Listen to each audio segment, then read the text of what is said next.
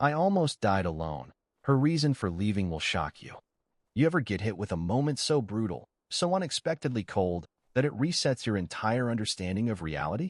Yeah, that was me, lying in a hospital bed with a busted rib, a collapsed lung, and a wife who didn't even bother to show up. Let me back up. I'm 36M. Married to Laura, 34F, for 7 years. We've had our ups and downs. I mean, who doesn't? But I always thought we were solid. Not perfect, but steady. You know? Like a beat-up but reliable truck. I work in construction. It's tough work, long hours, but it's honest. Laura's a freelance graphic designer. Works from home. Flexible schedule. Chill job, as far as I can tell. So a couple of weeks ago, I'm on site doing what I always do, climbing, hauling, sweating, when the scaffolding under me gives out. Just gone. Like someone pulled the floor out from under me. I fell nearly 20 feet. Woke up in the hospital with tubes in my chest and a nurse explaining how lucky I was to be alive. First thought, where's Laura? Second thought, what the hell just happened? I don't remember much from the first 24 hours. Everything hurt. My head was foggy. Morphine is no joke. But even through the haze, I kept checking the door. Every time it opened, I expected her to walk in. She didn't. Not that day. Not the next. Not once. Day 3, I managed to find my phone. It had been in my bag, and a nurse finally brought it to me. I checked it immediately. No missed calls. No texts. Nothing. So yeah, at this point I'm starting to panic. Maybe she didn't know? Maybe the hospital didn't contact her? I call her. She picks up after a few rings, sounding annoyed. Hey, what's up? My mouth went dry. Hey, I've been in the hospital. Since Monday. I fell at work. Silence. Dead air. Then she says, oh, yeah, I heard. I just froze. You heard? Yeah, she said, like it was no big deal. Your supervisor called or something. Left a message. I waited for the I'm so sorry, or are you okay, or I'm on my way. None of that came. Instead, she said, well, I figured if it was serious you'd call. I swear to God, I thought maybe the drugs were still messing with my head. I had to check the call screen to make sure I was actually talking to my wife. And then, as I lay there hooked up to machines, chest aching with every breath, she added, well, I've been really busy with a client deadline this week. I didn't even know what to say. My wife, the woman I'd held during panic attacks, supported through job loss, cooked for, cleaned for, loved without question, couldn't spare 1 hour to see me after I nearly died. I mumbled something and hung up. And then I just laid there. Alone. More alone than I've ever felt in my entire life. And that was only the beginning. You ever get hit with a moment so brutal, so unexpectedly cold, that it resets your entire understanding of reality? Yeah, that was me, lying in a hospital bed with a busted rib, a collapsed lung, and a wife who didn't even bother to show up. Let me back up. I'm 36M. Married to Laura, 34F, for 7 years. We've had our ups and downs. I mean, who doesn't? But I always thought we were solid. Not perfect, but steady. You know? Like a beat-up but reliable truck. I work in construction. It's tough work, long hours, but it's honest. Laura's a freelance graphic designer. Works from home. Flexible schedule. Chill job, as far as I can tell. So a couple of weeks ago, I'm on site doing what I always do, climbing, hauling, sweating, when the scaffolding under me gives out. Just gone. Like someone pulled the floor out from under me. I fell nearly 20 feet. Woke up in the hospital with tubes in my chest and a nurse explaining how lucky I was to be alive. First thought, where's Laura? Second thought, what the hell just happened? I don't remember much from the first 24 hours. Everything hurt. My head was foggy. Morphine is no joke. But even through the haze, I kept checking the door. Every time it opened, I expected her to walk in. She didn't. Not that day. Not the next. Not once. Day 3, I managed to find my phone. It had been in my bag, and a nurse finally brought it to me. I checked it immediately. No missed calls. No texts. Nothing. So yeah, at this point I'm starting to panic. Maybe she didn't know? Maybe the hospital didn't contact her? I call her. She picks up after a few rings, sounding annoyed. Hey, what's up? My mouth went dry. Hey, I've been in the hospital. Since Monday. I fell at work. Silence. Dead air. Then she says, oh, yeah, I heard. I just froze. You heard? Yeah, she said, like it was no big deal. Your supervisor called or something, left a message. I waited for the "I'm so sorry," or "Are you okay?" or "I'm on my way." None of that came. Instead, she said, "Well, I figured if it was serious you'd call." I swear to God, I thought maybe the drugs were still messing with my head. I had to check the call screen to make sure I was actually talking to my wife. And then, as I lay there hooked up to machines, chest aching with every breath, she added, "Well, I've been really busy with a client deadline this week." I didn't even know what to say. My wife, the woman I'd held during panic attacks, supported through job loss, cooked for, cleaned for, loved without question, couldn't spare 1 hour to see me after I nearly died? I mumbled something and hung up, and then I just laid there, alone, more alone than I've ever felt in my entire life. And that was only the beginning. You ever sit there and realize your entire life might have been one big, stupid lie? Because that's exactly where I was. After scrolling through Laura's Instagram like some pathetic stalker, I couldn't unsee it anymore. The gaps, the excuses, the wall she'd been building for months, maybe years, while I was too damn busy trying to trust my wife to notice. I started remembering everything. The late-night deadlines that didn't add up. The random girls' trips she never used to take. The new clients she never talked about.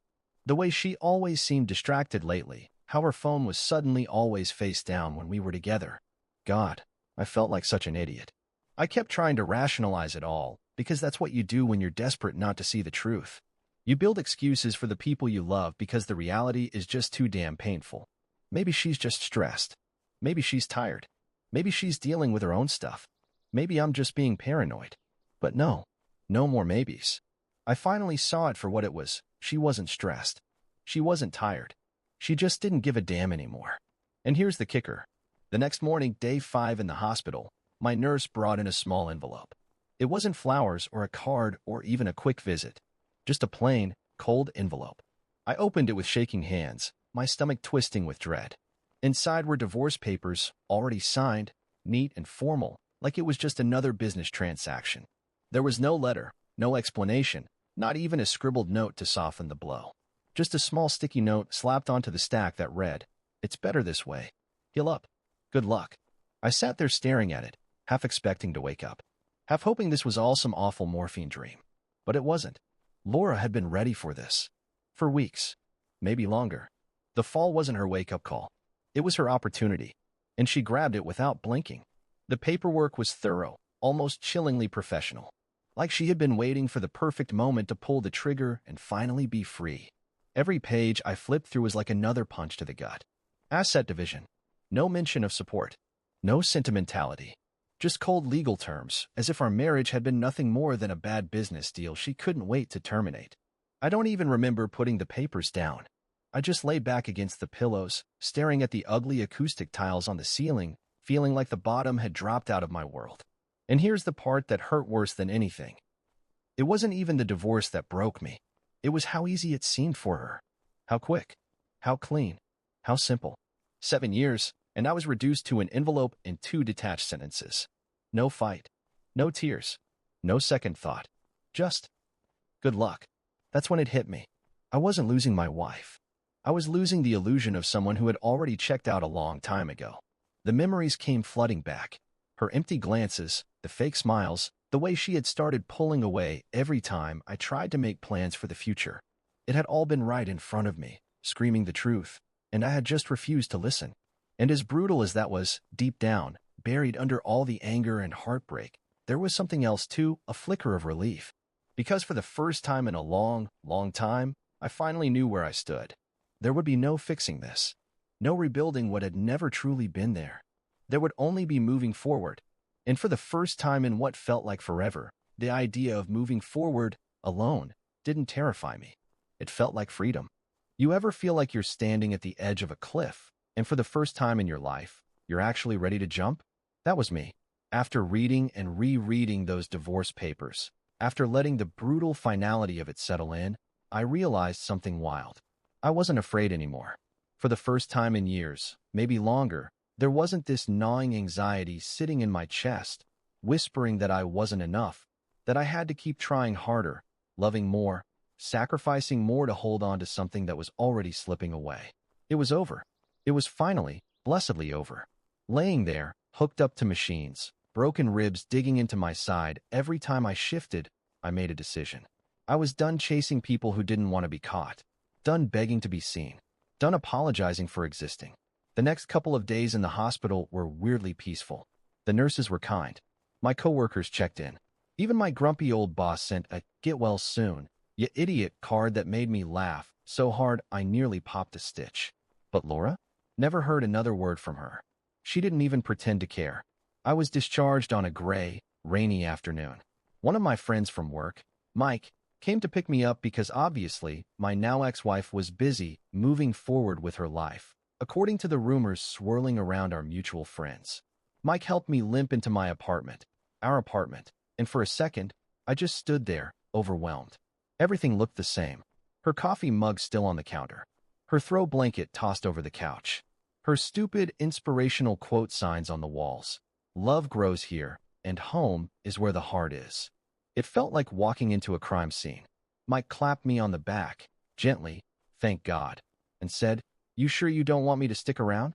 I shook my head. "I'll be fine." Lie. But he didn't push. Just nodded and left me to it. I shuffled around the apartment like a ghost. Every corner was a landmine. Our wedding photo on the mantel. Her perfume bottle in the bathroom. A half-finished crossword puzzle on the kitchen table. I didn't even realize I was crying until I tasted salt. I let myself feel it, all of it.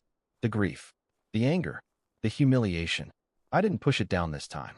I sat on the floor, back against the fridge, and ugly cried until I physically couldn't anymore. And then I stood up, wiped my face, and started packing.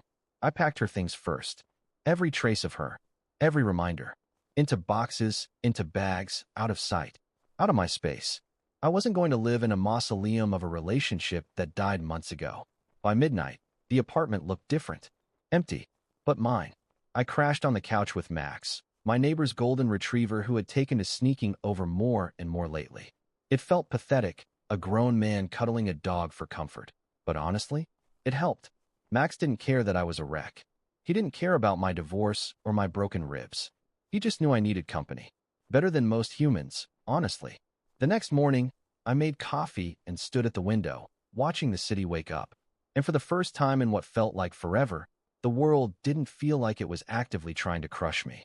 It just was. Neutral. Full of possibilities. I realized I could go anywhere from here. I wasn't tied down anymore. Not to Laura. Not to the version of myself that spent years trying to fix something that was never mine to fix. I was free. It didn't mean it didn't hurt.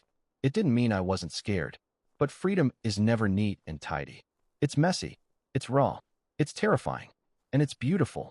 As I sipped my coffee and Max rested his big head on my knee, I made a promise to myself. No more settling. No more begging for love. No more shrinking myself to fit into someone else's story. From here on out, I was writing my own. And if that meant walking through the next chapter bruised and alone, so be it. I'd rather limp forward alone than stay chained to someone who left me bleeding without a second thought. The first morning truly on my own felt surreal. The sunlight pouring through the blinds didn't care about divorce papers or broken ribs or shattered dreams. It just showed up, steady and relentless, warming the apartment that suddenly felt way too big for one person. I sat there for a long time, sipping coffee, Max snoring at my feet, just breathing. The thing about hitting rock bottom is there's no more fear of falling. You're already there. And weirdly, that makes you braver than you've ever been. I made a list that morning. A real one. Not just stuff in my head, but an actual pen and paper list. At the top, I wrote, things I get to reclaim. Under it, my time, my peace, my self-worth, my dreams, my damn living room. It was stupid. It was corny. It made me cry again, but it also made me smile. Because for the first time in a long, long time, everything on that list was possible. The next few days were a blur of small, stubborn victories. I donated Laura's stuff, packed up our wedding album and shoved it in the back of a closet, rearranged the furniture, painted one wall a bold navy blue because screw it, why not? Every little change felt like taking back a piece of myself. The physical healing was slower. My ribs still ached. I moved like an 80-year-old man some days. But even that felt like progress, proof that I was still here, still fighting. My friends rallied around me in ways I didn't expect. Mike swung by with pizza and beer one night and stayed to help hang the new shelves I'd bought. Chris from work loaned me his truck so I could finally get rid of the ugly couch Laura had insisted on.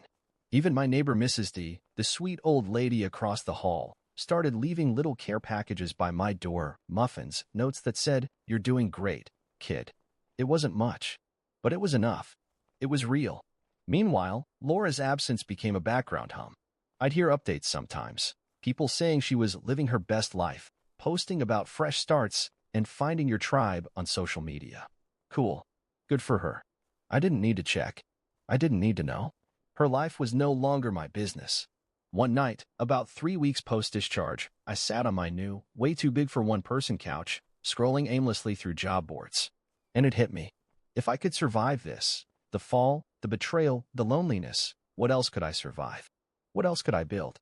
A dream I'd buried years ago, buried under bills and compromises and be realistic lectures, started clawing its way back to the surface. I'd always wanted to open my own carpentry business. Small jobs, custom furniture, a workshop that smelled like sawdust and freedom. Laura had laughed when I mentioned it once, said it was cute, but impractical.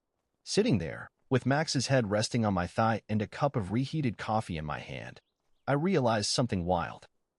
I didn't need her approval. I never did. The next morning, I signed up for a small business workshop at the community center. Nothing fancy, just the first step. It felt terrifying, and it felt like coming home. Later that week, I bought a second-hand workbench from a guy on Craigslist. Spent an entire Saturday sanding it down, staining it, making it mine. Max watched from his usual spot, tail thumping lazily, as I built the first piece of furniture I'd made in years, a simple coffee table. Was it perfect? Hell no. The legs were slightly uneven, the stain was a little blotchy, but it was mine, built with my hands, built with all the messy, stubborn, broken, healing parts of me. When I set that table in the living room and dropped my coffee mug on it with a satisfying thud, it felt like planting a flag. Like saying, I'm still here. I'm still building. Like daring the world to try and break me again. And if it did, well, I just keep rebuilding, one crooked table at a time. The next few weeks felt like watching spring push through a brutal winter. Slow, messy, but damn, it was happening. I started getting small jobs here and there, a bookshelf for a neighbor, a coffee table for my sister. Word of mouth spread faster than I expected. People liked what I made because it wasn't perfect. It was personal. Each order built my confidence a little more. I stopped thinking of myself as the guy who got left in the hospital and started thinking of myself as the guy who built that badass reclaimed wood table. It wasn't just furniture. It was a reminder that my hands, broken and bruised as they were, could still make something worth keeping. Max became my shop dog. Customers loved him. He'd greet everyone with a tail wag and those big, soulful eyes that somehow made everyone trust me just a little faster. Meanwhile, my body healed. The aches faded. The stiffness became background noise. And so did Laura. I didn't check her social media anymore. Didn't ask mutual friends how she was doing. I let her be a chapter one closed, a lesson carved deep into the wood grain of my life. But healing isn't a straight line. Some nights, the loneliness hit like a freight train. I'd sit on my lopsided couch, staring at the uneven coffee table, wondering if I'd ever trust anyone again. Wondering if maybe love was just a beautiful lie we tell ourselves so the world feels less scary. One night, about 2 months post-hospital, I found myself scrolling through job listings again. Not because I needed them. My little woodworking gig was actually picking up steam, but because habit is hard to break. And there it was. An ad for a small artisan fair downtown. Booth space is available. Showcase your work. My heart pounded. I could barely stand up straight without wincing 2 months ago. And now here I was thinking about selling furniture next to soap makers and jewelry artists. It was terrifying. And it was thrilling. I clicked apply before I could chicken out. Spent the next 2 weeks busting my ass building display pieces. Coffee tables. End tables. Shelves. A bench that nearly broke my spine hauling it upstairs, but damn if it wasn't beautiful. The morning of the fair, I woke up feeling like a kid on Christmas and Judgment Day rolled into one. Max rode shotgun, panting excitedly as we pulled into the crowded fairgrounds. I set up my booth, hands shaking, heart racing. And then, people came. Real, live, breathing people. They touched the wood. They asked about the designs. They smiled when I told them everything was handmade, one piece at a time, no two alike. And they bought. Not everything, but enough. Enough to cover my booth fee. Enough to make it worth loading Max in the truck up at 5 a.m. Enough to make my chest ache with something dangerously close to pride. That night, exhausted and sunburned and happier than I'd been in years, I sat on my tiny balcony with Max, watching the city lights twinkle. I thought about the hospital bed, the empty apartment, the stupid sticky note from Laura. And then I thought about the woman who bought my first table that afternoon, how she ran her hands lovingly over the uneven top and said, "It's perfect. It has soul." My life wasn't perfect. Hell, it was messy and crooked and still kind of broken. But it had soul. It was mine. And for the first time in forever, that was enough. Or at least, I thought it was, right until the past I thought I'd buried came crashing back into my life, with a text I never, ever expected to read. The text lit up my screen just as Max dropped his head onto my lap, heavy and warm. It was a number I didn't recognize at first. No name, just a message. "Hey, I know I'm probably the last person you want to hear from, but can we talk?" I stared at it for a long time, thumb hovering over the screen. My gut twisted. There was only one person it could be. Laura. I put my phone down and leaned back, feeling the old ache creep in. The one I thought I'd sanded away along with the edges of reclaimed wood. Max whined softly, sensing my hesitation. Part of me wanted to block the number. Pretend it never happened. Pretend she never existed. But another part of me, the stupid, stubborn part that still wanted answers, couldn't ignore it. Why now? I typed out a simple, careful reply. About what? Seconds later, the bubbles appeared. I made a mistake. My hands clenched into fists. Of course now, when her world wasn't shiny and perfect anymore, when brunch selfies and boss babe hashtags weren't enough, she remembered me. I didn't answer right away. I needed time. Space. So I shoved my phone into a drawer, grabbed Max's leash, and went for a walk. The night air was cool and smelled faintly of rain. Max trotted ahead, oblivious to the war raging inside my head. By the time I got back, there were 4 more texts waiting. "I miss you. Can we meet? Please." And the last one. "I'm sorry for everything. It should have made me feel good. It should have felt like vindication. But instead, it felt like someone pressing their thumb into a barely healed wound. Because I didn't want her to be sorry. I wanted her never to have hurt me in the first place." I sat on the edge of the bed, staring at my phone, heart hammering. The part of me that had built a life out of her absence knew the smart thing would be to ignore it. But the part of me that still woke up sometimes half reaching for someone who wasn't there, that part wasn't ready to let go without hearing her say it. I needed closure.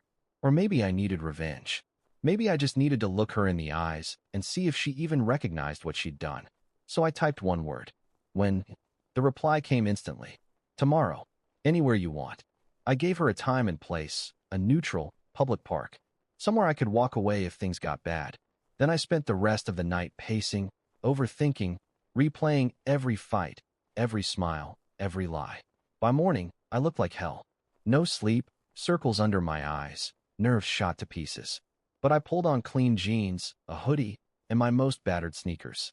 Because I wasn't meeting her to impress her. I was meeting her to end this. For good. I drove to the park, Max riding shotgun, tail thumping against the seat. We parked, and I sat there for a long minute, breathing, grounding myself. You are not the broken man she left behind. You are the man who survived her leaving. I stepped out of the truck and started walking toward the bench we'd agreed on. And there she was, Laura, sitting with her head bowed, clutching a coffee cup like it was the only thing keeping her upright. She looked different, thinner, paler, hollow around the eyes.